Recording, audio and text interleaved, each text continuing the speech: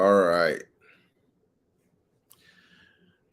So I was talking to one of our newest general partners in one of the funds, and we're talking just about the impact of inflation right now. And there are three things that are really cool, and one which basically gives you just free returns in ROI into your fund. So the first thing is right now there's a lot more money available, obviously, but what's happened is people aren't able to depend on the stock market because we already saw a big run up, so it's pulling back. So it's the rarest time when there's a lot of money and it's looking for places to be invested. That's the first part of this kind of whole debacle that's going on. And obviously, that's one huge benefit for private equity funds. People are looking for a place to put the money outside of the public markets. The second thing that we were discussing is, in addition to that, the banks still have a lot of money to lend. So you've got just this unique time where the rates are going up a bit, but historically it's just like outrageously cheap. So you've got cheap money. There's still a lot of money to borrow and get access to in a multitude of ways. I'm in Thailand right now. Shout out to Mike Swig, where he does a lot of deals. He's based in Tbilisi in Europe, Georgia in Europe, not Georgia next door to me in Tennessee. So we were talking over just all of these, some of the other options. When I did a talk in Denver and was talking about 50 different ways that over the last 20 years, forms of financing that I've used, and out of about 159 kind of known ways, or that ways that I'm aware of to access financing to get your deal done. So there are all these ways to access, and there's just more creative ways that are coming available, that just show that there's a lot of money that needs to get to work. So people that are saying like, oh, rates are going up, blah blah blah, there's not going to be as much money available. Like, there's a lot of money available. The cost is a little bit higher, but when you're doing private equity deals, that cost is nominal, because if you're buying it correctly, I've talked about one of the recent deals that we bought at a 1.5 multiple. We're able to grow it to a point where it's a 1 multiple. So basically 100% return in a year. So if you're doing something that you're going to get 100% return on, and that's without any financing, and that deal actually even just including the owner financing, which was 50%, you're now at a 200% return. And then even some of our 50% down payment was financed. So when you're doing a deal like that, and you're talking about a 200% return, cash on cash return on a deal, it doesn't matter if you're paying 4% on a loan, 8% on a loan, 20% on a loan. There's a difference between 180% return and 195% return. It's nominal. So that's the second part. There's still plenty of money, and there's a lot of money that's being put to work. And when you're structuring the deals, and shout out to my man Andrew, he did a really great job of putting that deal together. That based on our equity in the deal, it's about a 200% return. So the final piece of this puzzle that's really cool is when there is high inflation, which is basically right now we're at a point where there's going to be high inflation for some years to come. And what that means for people, are two very important things when you're spending money. If you're spending money on something like a business, it's a beautiful thing, because you're in a situation where you're making money on the money, and hopefully you're borrowing against that business. and that debt becomes worth less and less. On the other end, just for comparison, so that you're able to understand this, the reason that this really sucks for people that aren't doing things like buying business, if you're buying consumer things, is that when you spend that money, it's not making any more money, and the cost of not investing that money is a lot higher. So especially if you're taking on debt. So if you're taking on debt and you miss that opportunity cost of investing it somewhere, that cash is worth less and less. Consumer things are basically worth less and less. And if you've got debt on a consumer thing, you're paying a interest rate on that, and you've got the opportunity cost of not investing that money. On the other end of the spectrum, if you're borrowing against something that's making money, that debt is worth less and less. And instead of an opportunity cost, you're making a higher return. So every year, the money in that debt, it's pretty easy to understand from a cash standpoint. If you got money in cash, every year that inflation is making that cash worth less and less. Well, it's the same with the debt. So every year that debt is basically worth less. So, but since that's a debt to you, it's increasing the value of the asset. So the asset is worth more and more because every year that asset is improved by inflation. Every year your debt is decreased by inflation. So it literally is kind of free money. So you miss out on that opportunity if you're spending the debt or you're spending the cash on a consumer related thing where you're not increasing the value of that asset. That consumer thing is decreasing, and alongside with the debt.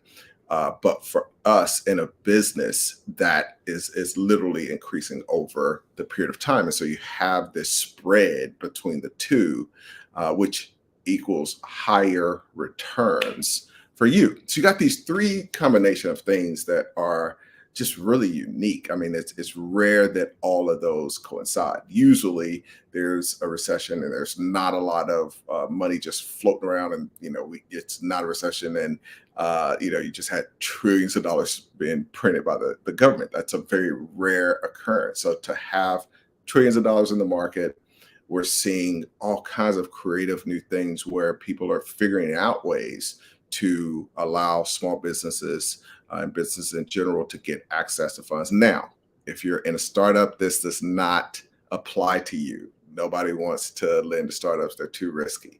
But if you're looking to acquire an existing business, it has some history. And this is even in one of the reasons I love to travel and just get to see and spend time with other people that are doing deals is you just see the types of deals that are getting closed. And so was spending time with someone that just closed literally yesterday, a SaaS business, and it was 10 years old, and he had just a lot of options on how to put that deal together because of how long it's been around. So we're really, I told y'all, it's like for the last few years I hadn't been excited about internet businesses. Now that world is just becoming more and more interesting. We're doing a fund that's going to be in a specific area in that space. But when you're buying something that, even if it's an internet business, but it's been around for 10 years, people would love to finance those types of things. So you have those three factors that just are a huge push forward for especially small private equity funds, and help improve the ROI, and essentially just free money. On the front end, being able to get access to the debt at what is a nominal interest cost. That's almost free money because the cost is just so small compared to the returns. Being able to get these deals, and we're not talking about like when it comes to seller financing and earn out and all of those things. But being able to get the deals and get them at that kind of 1 multiple, 2 multiple range for offline, even for online, getting them at a 3. But the biggest factor is that window that you're able to take advantage of between debt that's costing you less and less over the years at a low rate and the increase in value of that asset. We'll do a few questions. It's nighttime over here in Asia. Gonna turn it in soon, but love when y'all pop in and say hi. Be sure to like, be sure to subscribe. Just had that conversation and wanted to make sure that I break that down. So these are things that I've talked about in different videos at different points. But as we're getting into our next PEFI, our next private equity fund incubator, I want to make sure that y'all understand like what's going on right now and why that is a very big opportunity. Glenn, my man, it's been a little while. Good to see you. Says, hey Ace, good morning. Thanks for popping in. Cowboy Del Norte, what up, homie? Says, Ace, good morning, brother. Good morning over there. Juanita, yes, good to see you. Thanks for coming in. I appreciate it. I think you're a newer person, so I love when the new folks come in and say hello. Says, wow, 100% in a year. Sheesh.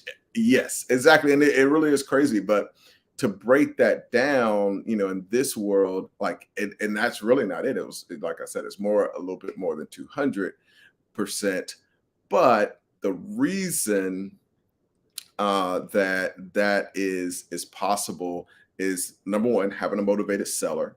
That's really crucial.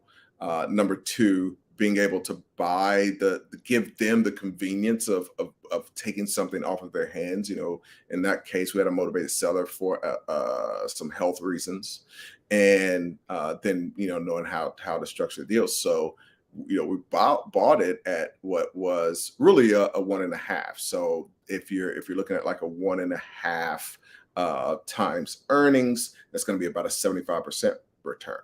We were able to grow the business and kind of decrease that to a 1 times earnings. So that's where you get the 100%. And that's if we were paying cash for the business. But then when you add earn out, some seller financing, and then some debt, it really gets well above that 200 factor. Now, that is the big difference between doing offline. That's why I'm attracted to both for different reasons. I really love the offline deals. Love that this was a franchise deal, just low risk. The internet deals are a lot higher risk and more expensive, but you've got a lot more scalability and some other benefits. You've got to weigh out these pros and cons. All right. Chap says yield must be had and opportunity cost is even more for inactivity. 100%. You got to have yield right now. If you're not generating yield on your money, just understand that every dollar that's just sitting somewhere and not earning money is losing money.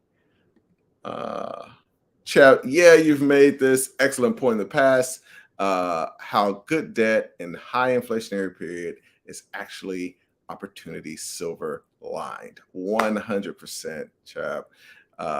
Yeah, just like, man, you should be getting good debt. And I think that's the real key here is now is not the time for bad debt. But as aggressively as you can, it's an amazing time. And these interest rates are incredible. Like historically, they are incredible. One of the other things when I was speaking in the US, there were some folks that came in internationally, and I was speaking to a gentleman that was right across the border in Mexico, and he was talking about in his business, which is amazing business. Unfortunately, they have the margin to take advantage, but just a standard commercial loan over there right now is 27%. And he's making that work. He's still making money. I'm like, dude, we got to figure out that we got to get you something else, So I'm trying to help him get access because the business is a really great business. So we're trying to raise some capital to still make a really great return, and so it's still a win-win. It's not just a gift, we're going to get a really high and great return, but it's not going to be 27%. But that's what some people are paying in other countries to access debt. So don't be a spoiled baby. Take advantage of this. Basically, I mean, that's just free money compared to what other folks are paying in order to make their business work. Uh what types of government loans? Just SBA or other forms of that? So on the government side, SBA is just number one. There are some other options, but it's so specific to certain types of businesses. SBA is number one. But like I said, over in my career, I've used 50 different types of financing. So depending on the business that you're going to acquire, there's so many types of financing available. The real key is matching it to your business. If you're interested in like if you have a deal and you want us to help you with the finance and figure out like what, like I said, it's 159 that we comb through to figure out what's the best for a deal. And you can reach out to Financier Bank. So reach out to financierbank.com if you got a deal, you're trying to figure out how to finance it. SBA is for the target, not us, the firm. Yeah, so you're figuring out what the business is you're going to buy and then acquiring that target using the SBA. Let's get it. What's up, Tam? Thanks for popping in. And we will wrap up with that. That is the most important part of this, that they are income producing assets. If you're interested in deals, we just shut out a pretty cool deal. Got another one coming down the pipe. Text deals to 585-670-6609.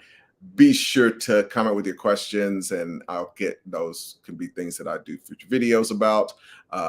And hit the Patreon if you're interested in getting kind of more access to some really cool strategies on the back end. Patreon.com/Ace Chapman. Thank you all for popping in. Have a great, productive day over there. I'm winding down my day here in Asia, and I'll talk to y'all soon.